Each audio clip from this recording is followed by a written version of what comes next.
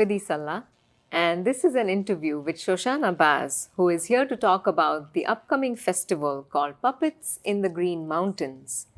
We are also doing a television launch of the promo of this festival, which you will see at the end of this interview. To book tickets to the festival, you can visit the website puppetsinthegreenmountains.net. Shoshana Bass is the artistic director of Sandglass Theater based in Putney, Vermont. She was raised in a traveling family of internationally acclaimed puppeteers and has spent her life witnessing artistic voices of diverse cultures, heritages, and perspectives. Now she performs, directs, and choreographs internationally. She is the festival director for Sandglass Theater's Puppets in the Green Mountains and Puppets in Paradise. Shoshana also produces the family-friendly Sandglass Winter Sunshine series as well as the social activistic Voices of Community series. She is a touring ensemble member of the Sandglass repertoire for adults and young children. She serves on the executive committee of the Network of Ensemble Theaters Board, the Youth Committee of Union International de la Marionnette, International USA, and her local Equity and Diversity Committee for the town of Putney. I will begin by asking Shoshana Bass about the festival. Congratulations on yet another year of Puppets in the Green Mountains, which is from September 7th through 15th. Tell us more about the festival. Thank you, Vidhi. Yes, another festival. I can't believe we're still here and still doing this. It feels like it gets more of a challenge every year, but also just so beautiful that it continues to happen and we continue to be able to host performers from all over the world here in Brattleboro and in Putney. And for the last 3 festivals, we've had kind of a subtitle focus or a theme that we organize the festival around. So this year, our festival is subtitled Just Around the Bend. And it's looking specifically on the relationship between innovation and tradition, or between new generative technologies and organic knowledge, and where tension exists or how one might shape the other as we look forward into the future, not just of puppetry, but also of the world that we live within. So each of the pieces that we're bringing somehow are in dialogue with this theme. With the theme of technology as being an important part of our lives. Or sometimes from the other end of the spectrum, we have, for example, one show from Canada that's coming. They do a whole puppet show only with bits of wood, like sticks and driftwood, that come to life and make an incredibly engaging story for young children. Nice. So yeah, that makes me curious about all the visiting artists. I hear they are coming from Germany, Spain, Canada, as you mentioned, Puerto Rico, and all across the USA. Can you share a little bit about each of the shows? Sure. So we have performances that are for young family audiences. We have performances that are for adult audiences. There's 8 guest companies coming. So the 2 shows that are specifically for young audiences that will both be up at Hilltop Montessori School in their beautiful theater there. One is the piece I just talked about. It's called Bois in French, or Woods. They're from Canada. And like I said, it's just all told with sticks, and it's amazing how much you can engage with sticks. And it's such a beautiful, I think, experience for the whole family to see the creative potential in the objects in the natural world around us. And to complement that piece, we have our other featured children's show up at Hilltop is a piece called The Doubtful Sprout, which is an ecological-minded piece about a sprout that doesn't believe in its own growth and meets the worm, and they dive down into the underworld, the ecosystem, and it's very playful. There's music. It's great for small children. And then we have other work for families, maybe a little bit older children, One is called Marooned, and that's this image right here. It's of an astronaut, isn't it? Yes, it's an astronaut marooned in outer space with just one robot friend to keep her company. And it's like a party, that show. It's so much fun. Wow. And in fact, we're doing school shows with this particular production. So if there's schools out there that want to take part, let us know so we can come to the school show. But families also, there'll be a public show. And then this show right next to it, this is called Free as a Robot. And this really works on the other end of the spectrum. This is a piece that utilizes robots in puppets. Okay. So they're actually programmed to do certain things, and there's some audience participation where audiences will get to program themselves or help lead some whole scene on stage. So the artist here is really on the forefront of new robotics technology and puppetry. So are they motorized or are they marionettes? They're marionettes and motorized. You'll have to come to see. Oh my God. Okay, I'm putting that down on my list. So those are the ones that are really great for families. And then for adults, we have one of the most amazing things that I'm looking forward is a show from Spain that's just for 5 audience members at a time. Okay. And I swear, when I saw this piece in Spain, it was such a profound experience to me. I think I time traveled. Wow. It's like some kind of amazing magic trick meets seance meets time traveling. Like, I've never experienced anything like it. How did he come up with this number of 5 audiences only? What was the thought behind that? It's very intimate, and I actually can't give a whole lot away because it does have this kind of air of secrecy around it. There's no photos of the show. Oh, You kind of go in and have this There's experience. no promo. There's no promo video. No, so you have to come and experience it for yourself. And get your tickets soon for that one because only 5 people at a time get to see it. And it's very, it's just so intimate. Everything kind of flashes on a table in front of you, and then things are cleared, and then records appear, and they're being put. There's so much happening. So, yeah, that's why only 5 at a time. So you really go on this special journey with this group you feel then massively bonded to after the production. Oh, wow. And there are like a bunch of shows because it's only 5. 10 shows throughout the festival. Okay. Yes. Wow. Yeah. And then we have this other performance here. This is by a wonderful artist who's based in Puerto Rico, Deborah Hunt. And she performs with her daughter. And they have the show Road of Useless Splendor, which was actually developed through the use of AI, generative technology, to build the imagery. But then everything was taken from that and beautifully handmade to, it was a really interesting experiment. And she'll be talking a little bit about what that process was as well and how she's integrated. Yeah, she calls herself a mask maker. Yes, you can see one of her masks that she's wearing. She's also a wonderful puppet maker. She works with 2-dimensional figures as well. Wow. And there's no words in actually either of these 2 shows. A lot of it is without language, so it's very visually based. Wow. Interesting. Yeah. And another show we have for adults is called A Chance Shadow. It was actually a performance that had its first kind of devising process at Sandglass when we had a program called New Visions, which was a residency program for artists to develop new work.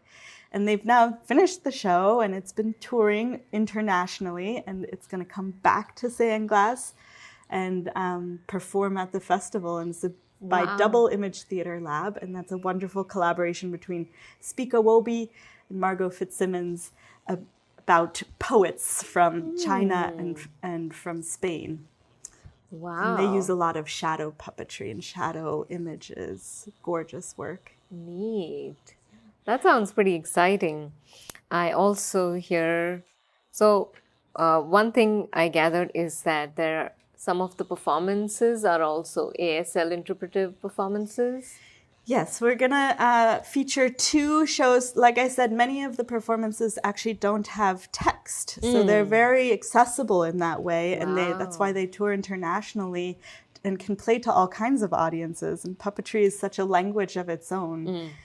But we do have a few shows that have text. So the Doubtful Sprout, the show at Hilltop that I mentioned, the 2 p.m. performance will be have an ASL interpreter on stage as well. And our own show that will premiere at the festival, Feral, which I can talk about in a moment, will also be graced with interpretation on its Friday night performance. Fantastic. Yeah, please go ahead and talk about Feral, which is going to make its world premiere at this festival. Yes, as if producing a festival were not enough. I know. We somehow also decide to premiere a show, which is, first showing of a brand new work that Sandglass has been developing for the past couple years in fits and spurts. It's a piece called Feral. And it is about the tension between our learned behavior and our intuitive knowledge, specifically how that plays out on and in women's bodies. And it's all told through the allegory of the werewolf. Ooh. And there's numerous local collaborators on this one. It's very exciting to have gotten to work with Jenna Rose Nethercott, who's a local writer. She was a writing collaborator on the show.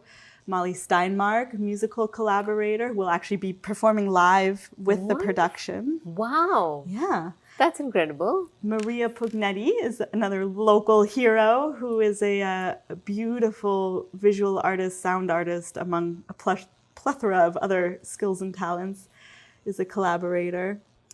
And we're super excited to be finally having a deadline by which we need to finish the show and premiere it. That's massive. I cannot imagine. I saw some rushes of the rehearsal of Feral, and the visual that stuck in my head was this giant werewolf head, and there's someone leaping inside, and there's like some magic happening on stage. So yeah, that's all I can talk about. Yeah, we hope it will be magical. So coming back to the artist from Spain, Javi Bobes, is that how you say his name? Yeah, Xavier Bobes. Javi Bobes, who he's also going to be doing a masterclass, and he'll be sharing his unique approach to object theater. So can you elaborate on what is object theater? Because there's a lot of it in this year's festival. Somehow, right? Yes, it's an adjacent form to puppetry. Puppetry has so many different styles and techniques. There's marionettes, there's rod puppets, there's hand puppets, there's Muppets. There's endless forms, shadow puppets.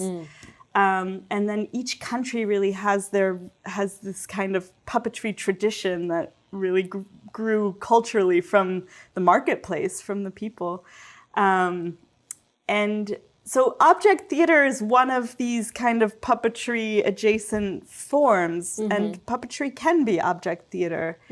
Object theater is a form of puppetry, and it really has to do with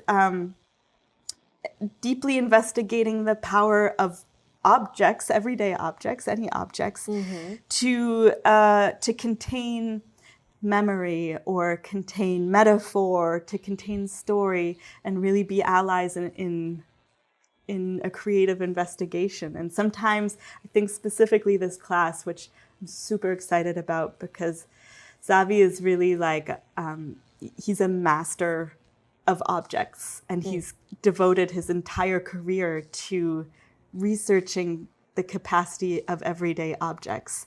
And his shows deal with this in such a profound way.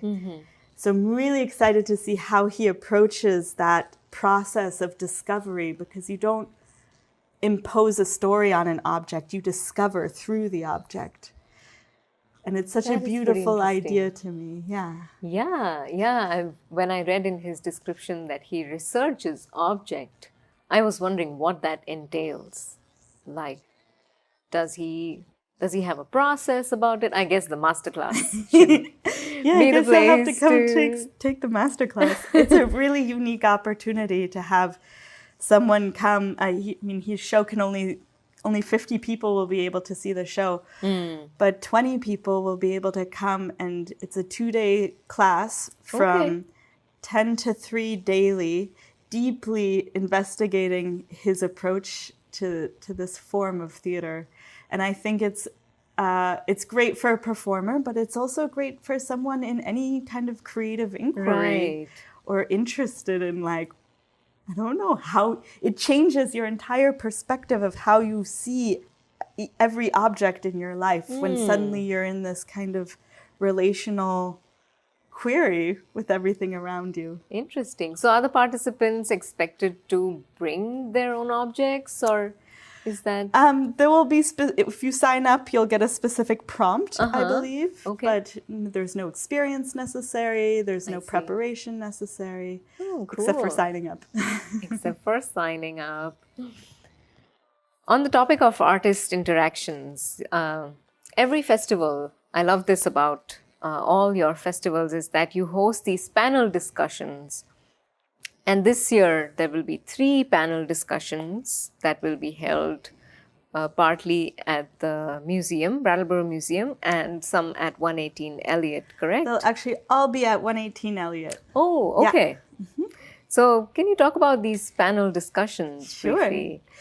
Yeah, so we, having this opportunity to bring these international artists into our community also is an opportunity for us to deepen relationships within our community. So these panel discussions really serve to highlight organizations here that are doing work that we're interested in or want to be in conversation with.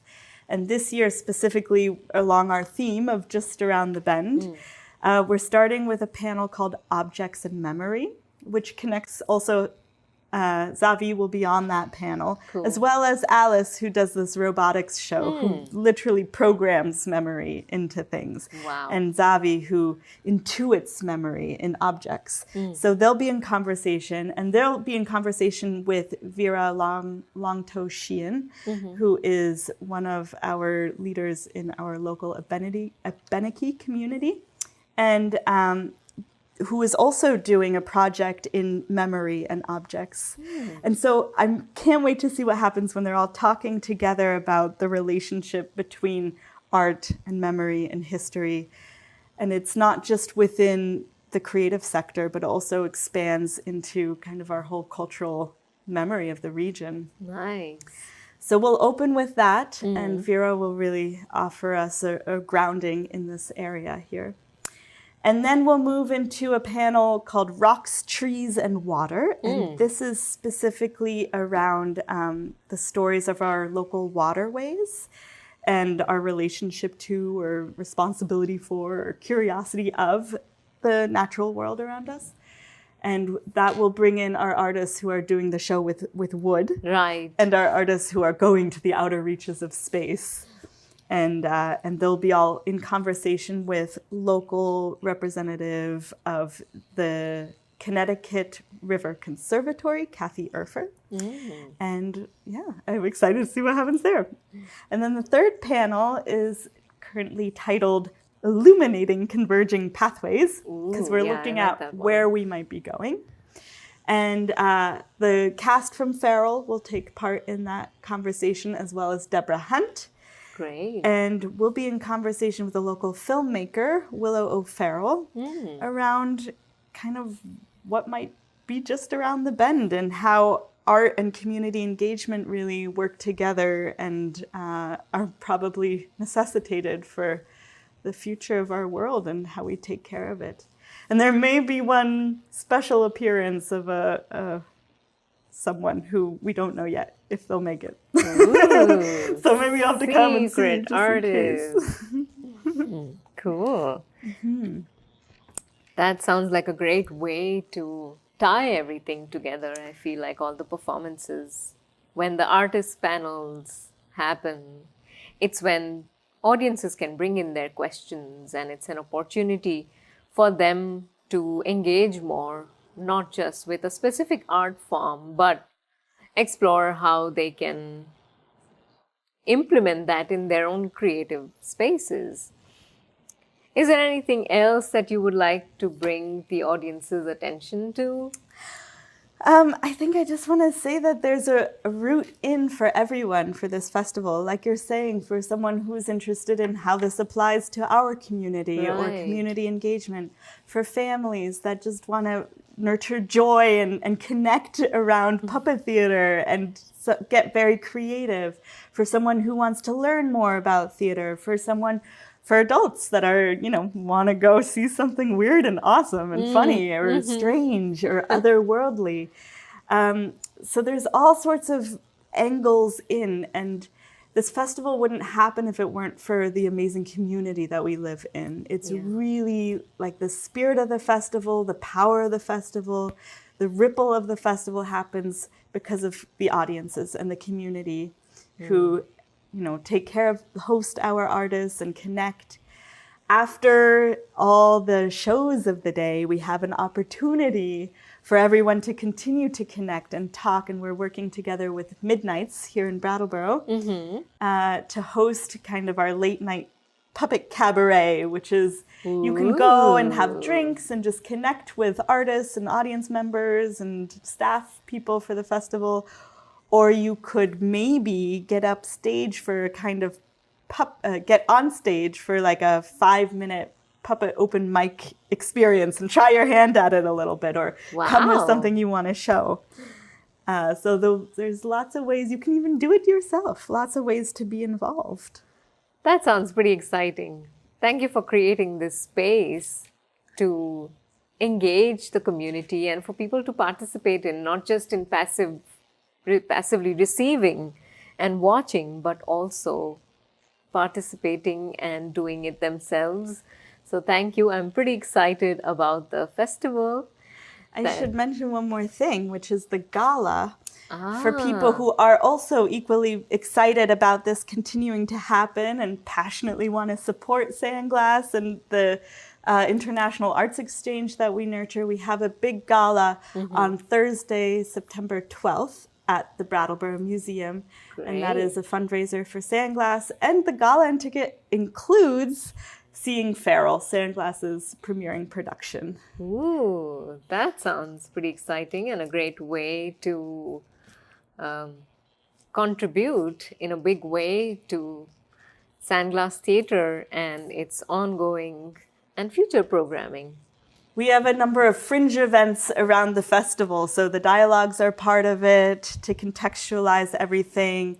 The gala, the masterclass. We also are working together in partnership with the Latches Theater to present a screening of the film Strings, which is an epic cult classic film made entirely without CGI, but with full many-stringed marionette puppets. Wow. And the strings of the marionette puppets are kind of a metaphor for their lifeline, and some of them get cut. And it's all massive and epic and awesome. Wow. But not only will we be screening this film, we will also have with us in person from Iceland, Bernd Ogrodnik, who was the original designer of the puppets that are used and partial builder. He worked together with many other people to build, and he'll be there sharing a kind of behind the scenes what it was like to make this film. He invented a whole control just for this film, a marionette control.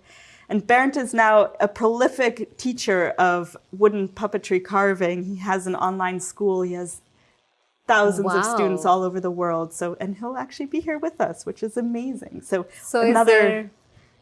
my first question is, how long, what is the duration of the film and what year is it from? Oh my, I'm not sure I know those things off the bat.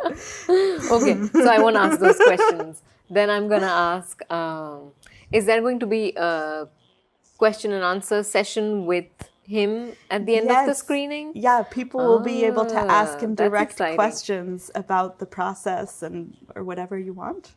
Yeah. That sounds exciting. Yeah, a film screening at the Latches attached to the festival. So what date is the screening again? That is on the Sunday the 8th. 8th of September. And what time? At 7:30. September 8th, 7:30 is the screening of a film called Strings. If you don't want to make a note of all these things in your calendar, you can just simply visit the website puppetsinthegreenmountains.net and find all these amazing screenings, shows, and tickets to book each of those. All the best for this year's festival. I hope it's better than ever. And just a reminder that the festival is from September 7th to 15th. You can get tickets on puppetsinthegreenmountains.net. After this interview, you'll be able to see the video of the entire festival's promo that'll give you a glimpse of what kind of performances to expect. So get your tickets today.